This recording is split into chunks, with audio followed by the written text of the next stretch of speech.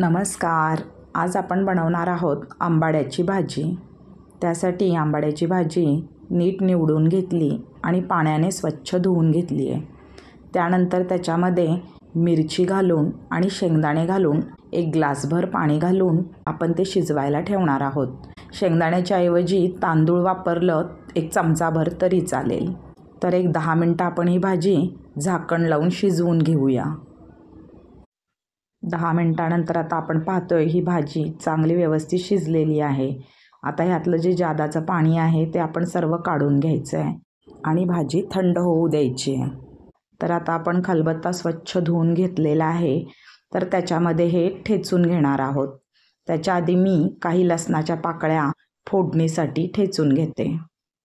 त्यानंतर ही भाजी आपण थोडी थोडी घेऊन खलबत्त्यामध्ये व्यवस्थित बारीक करून घेणार आहोत. आंबाड्याची भाजी ठेचत असताना एक काळजी घ्यायची.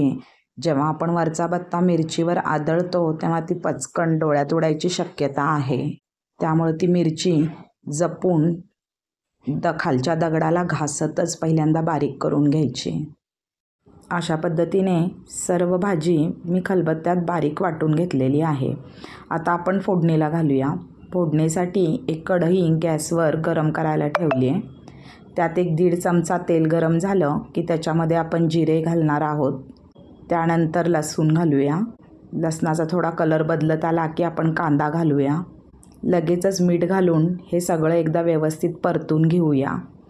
मग आपण त्याच्यामध्ये खलबत्त्यात बारीक केलेली आंबाड्याची भाजी घालून हे व्यवस्थित परतून घेऊया.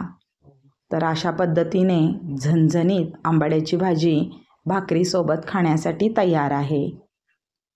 व्हिडिओ आवडल्यास लाईक करा, शेअर करा, सबस्क्राईब करा. संपूर्ण व्हिडिओ पाहिल्याबद्दल खूप खूप धन्यवाद.